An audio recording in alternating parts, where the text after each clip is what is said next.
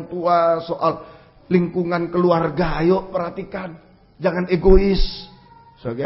Perhatian secara jasmani, secara rohani, ayo ingat. Kami kaum muda selalu mendoakan. Orang tua kami jasmani, setiap hari Sabtu kami doakan. Kami belum bisa membalas apa-apa. Saya pun mengakui ada ibu saya. Belum bisa membalas apa-apa. Belum bisa membalas apa-apa. Harus doakan mereka. Doakan mereka. Yang gembala di daerah dulu, seandainya saya tidak ada gembala di daerah, saya juga tidak jadi hamba Tuhan. Seperti sekarang. Juga mengingat gembala-gembala di daerah kita doakan. Di kebaktian kaum muda khususnya kita doakan. Supaya kita ingat. Ada perhatian. Kepada yang lain, tidak egois. Dan satu, jangan sengaja berbuat dosa. Jangan tunggu waktu. Kalau saya tahu kapan waktu terakhir penebusan, wah ya sudah berbuat sana. Tapi karena kita tidak tahu, lebih baik hari ini. Hari ini. Kalau firman diperdengarkan, jangan keraskan hati. Amin, saudara. Jangan keraskan. Terima penebusan. Jadilah gadis bijaksana. Terima penebusan. Yang tidak setia, ayo jadi setia. Yang tidak taat, ayo taat. Yang banyak cacat celah dosa, ayo jadi tidak bercacat. Lepaskan dosa-dosa. Mulai dari dusta, dosa, puncaknya dosa. Lepaskan semua. Apapun resikonya, lepaskan. Yesus sudah mati di kayu salib. Untuk kita semua. Lepaskan semua. Supaya satu waktu kita ditampilkan. Wahyu 12 ayat 1. Tidak bercacat celah. Mempelai wanita yang siap. Menyongsong kedatangan Yesus kedua kali. Ayat 2 sekarang. Mari. Wahyu 12. Kita lihat keadaan gereja Tuhan yang ditebus. Yang sudah ditebus, yang setia, taat, ya. Dan juga yang melepaskan diri dari dosa, tidak ada dusta, dosa dilepaskan, bukan hebat, tapi apa keadaannya? Jangan kaget. Ya, mari. Ia sedang mengandung. Ya. Dan dalam keluhan dan penderitaannya, ya, hendak melahirkan, ia berteriak kesakitan. Ya, inilah ya, yang sudah setia, saya sudah setia, sudah taat, sudah lepaskan dosa-dosa, mulai lepaskan dusta, semua dosa-dosa. Lah kok begini? Betul sudah. Saya ulangi, keadaan gereja Tuhan yang ditebus oleh korban Kristus, bukan seperti Goliat yang hebat, bukan seperti orang kuat, bukan seperti perempuan mengandung yang hendak melahirkan, saat-saat melahirkan, yang hendak melahirkan.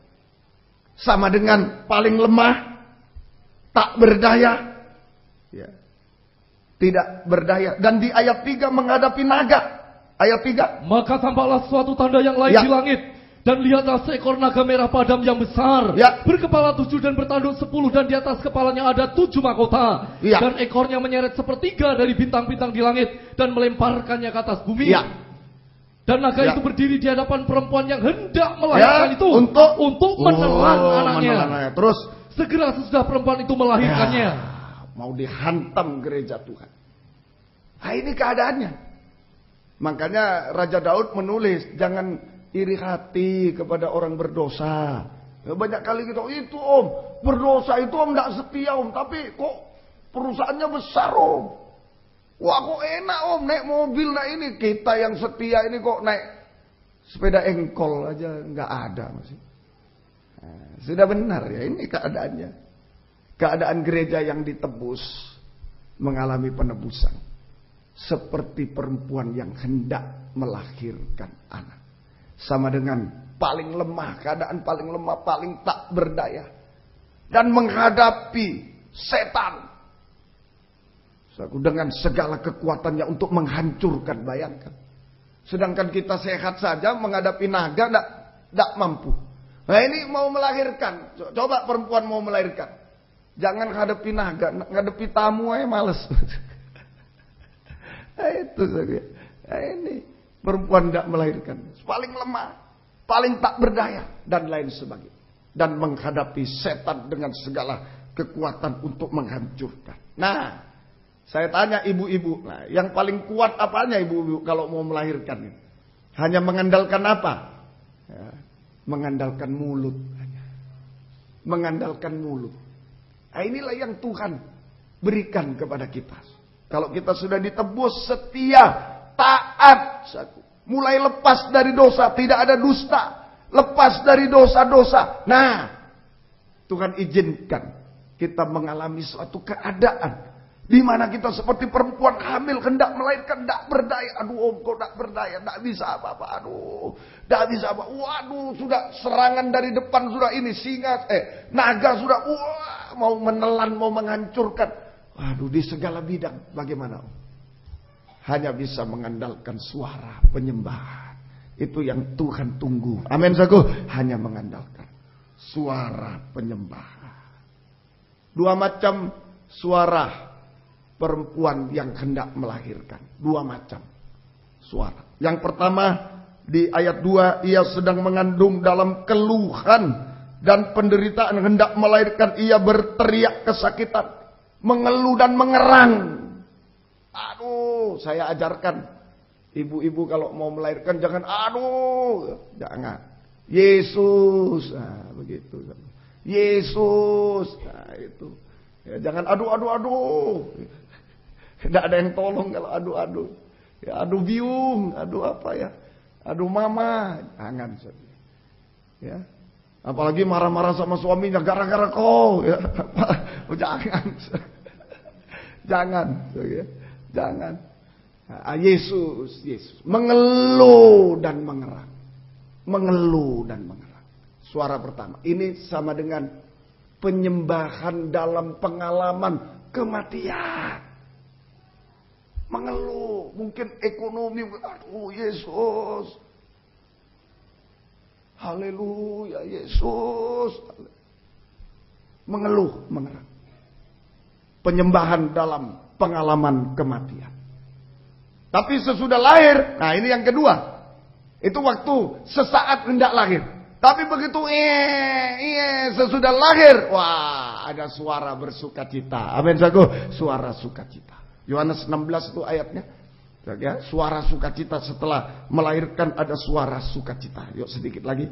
Suara sukacita. Yohanes pasal yang ke-16 ayat yang ke-21. Mari. Seorang perempuan berduka cita pada saat ia melahirkan. Ya, tetapi sesudah ia melahirkan anaknya, ia tidak ingat lagi akan penderitaannya. Karena kegembiraan bahwa seorang manusia telah dilahirkan ke dunia. Ya, terima kasih. Ini suara sukacita. Sama dengan penyembahan dalam nada. Dalam nada. Lebih bagus pakai nada ya. Tadi penyembahan dalam nada atau pengalaman kematian. Ini suara sukacita. Penyembahan dalam nada kebangkitan. Anak sudah lahir. Oh, senang sudah. Tamu datang, sudah berkicau. Nah, tadi semua, sekarang sudah, waduh, tadi aku, sudah sukacita. Suara sukacita. Penyembahan dalam nada kebangkitan. Nah, ini kalau dijumlah, kebangkitan itu bagaikan gunung ke atas. Tadi pengalaman kematian di lembah.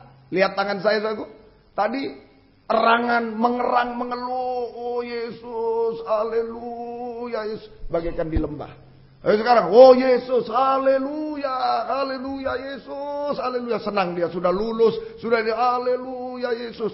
Nah, itu. Saudara yang mau ujian itu kan tahu, mau berangkat ujian masa haleluya, haleluya, belum, mau berangkat, haleluya, Yesus. Nah, itu pengalaman kematian. Nada kematian. Setelah dosennya bilang lulus, biar ada revisi. Oh, haleluya, haleluya. Nah, itu banyak pengalaman kita masing-masing. Amin, saudaraku. Masing-masing. Nah, itu kalau dijumlah itulah nyanyian baru. Nyanyian baru. Tidak monoton, tapi lembah, gunung, do, re, mi, sol, naik lagi. Ada mi ke bawah lagi. Nah, itulah nyanyian baru. Nyanyian baru inilah. Saku tadi seperti desau air bah. Baca lagi Wahyu 14 ayat 2 dan 3. Ini kalau dijumlah suara erangan, suara sukacita kalau dijumlah sama dengan nyanyian baru. Itu penyembahan mempelai. Ayo. Dan aku mendengar suatu suara dari langit bagaikan desau air bah. Desau air bah. Dan bagaikan deru guru yang dahsyat. Dan suara yang kudengar itu seperti bunyi pemain-pemain kecapi yang memetik kecapinya. Mereka menyanyikan suatu nyanyian baru di hadapan tahta di depan keempat makhluk dan tua-tua itu. Dan tidak seorang pun yang dapat mempelajari nyanyian itu selain daripada 144.000 orang yang telah ditebus dari bumi itu. Iya, terima kasih. Nyanyian baru. Ini disebut nyanyian mempelai. Nyanyian baru, penyembahan mempelai. Kepada siapa? Kepada mempelai pria surga. Wahyu 19 ayat 6. Sama, desau air bah ditemukan lagi di Wahyu 19 ayat 6. Lalu aku mendengar seperti suara himpunan besar orang banyak. Seperti desau air bah. Itu dan tadi seperti nyanyian baru. Sama di sini adalah penyembahan. Terus dan seperti deru guru yang hebat katanya. Haleluya. Haleluya. Karena Tuhan Allah kita yang Maha Kuasa telah menjadi penyembahan raja. Kepada raja segala raja. Terus marilah kita bersukacita dan bersorak-sorai dan memuliakan Dia. Karena hari perkawinan anak domba telah tiba dan pengantinnya telah siap sedia. Penyembahan kepada mempelai. Jadi nyanyian baru sama dengan penyembahan mempelai. Penyembahan kepada raja segala raja. Yesus, raja segala raja. Mempelai pria surga. Mulai sekarang. Di apa itu? Di inventaris. Penyembahan kita dengarkan. Mulai sekarang. Ya, dalam erangan mungkin. Haleluya Yesus. Mungkin, aduh terima kasih Yesus. Haleluya, terima kasih. Turun naik. Diinventarisasi. Sampai nanti kalau Yesus datang. Suara kita juga berkumandang. Di awan-awan yang permai. Amin sagu. Nanti bisa. Mulai sekarang. Kita menyembah Yesus sebagai Raja mempelai. Dengan suara haleluya. Haleluya Yesus. Mungkin erangan. Mungkin sukacita. Haleluya Yesus. Haleluya Yesus. Terus. Jangan berhenti. Sampai melahirkan. Jangan berhenti. Kalau aduh om pencobaannya tambah berat. Loh memang tanya ibu-ibu itu. Kalau hamil. Berat-berat lalu ringan. Wah gugur itu. Mati bayinya di dalam mungkin. Atau bagaimana itu. Nggak ada. Makin hari makin berat sampai tak berdaya. Sudah saatnya untuk keluar. Ayo, jangan berhenti menyembah. Amin saku, jangan berhenti menyembah. Kalau tambah berat pencobaan, sudah benar itu. Sebentar lagi melahirkan. Amin. Sebentar lagi selesai. Ayo sembah Dia, Raja. Mempelai pria surga. Haleluya Yesus. Mungkin ada kematian, mungkin ada kebangkitan. Sembah Dia. Ini penyembahan mempelai. Lihat saya lagi. Penyembahan mempelai tadi nyanyian baru. Gunung lembah. Gunung lembah. Oh kalau daerah gunung lembah ini menarik hujan. Daerah gunung lembah itu banyak hujan. Nyanyian baru penyembahan kepada mempelai. Menarik hujan belas kasih. Hujan anugerah dari Yesus Raja segala raja. Yesus mempelai pria surga. Ada hujan terus, tidak pernah kering. Amin saku, tidak pernah kering. Ayo sungguh-sungguh hari-hari ini. Kalau sudah lebih lagi pencobaan lebih dahsyat, ingat ibu yang hamil mau melahirkan. Wah, saya sudah waktunya ini sudah. Ayo tinggal sedikit lagi, tinggal sesaat lagi. Ayo terus. Tetap setia, tetap taat, tetap tidak berdusta, lepaskan dosa, tetap menyembah. Ayo terus. Sampai hujan belas kasih turun. Amin sagu. Hujan anugerah turun. Kemurahan, hujan kemurahan dari mempelai pria turun atas kehidupan kita. Dan luar biasa hasilnya. Mari ayat-ayat terakhir sebagai contoh penyembahan terhadap raja ini menarik hujan kemurahan, belas kasih anugerah. Lukas pasal 23. Mari sering dibaca tapi saya senang sekali ini. Berkaca pada ini kehidupan kita mungkin pada pagi hari ini. Lukas 23 ayat yang ke-41 sampai 43. Seorang yang disalib di sebelah Yesus.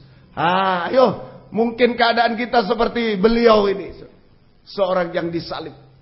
Tak berharga, seperti sumbu yang sudah berasap. Bulu yang terkulai, pelita yang hampir padam, sumbu yang sudah berat. Tinggal sedikit, blek, mati, neraka. Dia dalam keadaan kutukan. Disalib, terkutuk betul. Oh, air mata, sudah air apa semua keluar. Sudah keluar semua ini saya kira penjahat. Sudah dipaku juga. Sudah air keluar dari mata, dari mana. Sudah keluar, sudah semua. Dalam penderitaan. Melanjutkan hidup, tidak bisa. Buntu semuanya.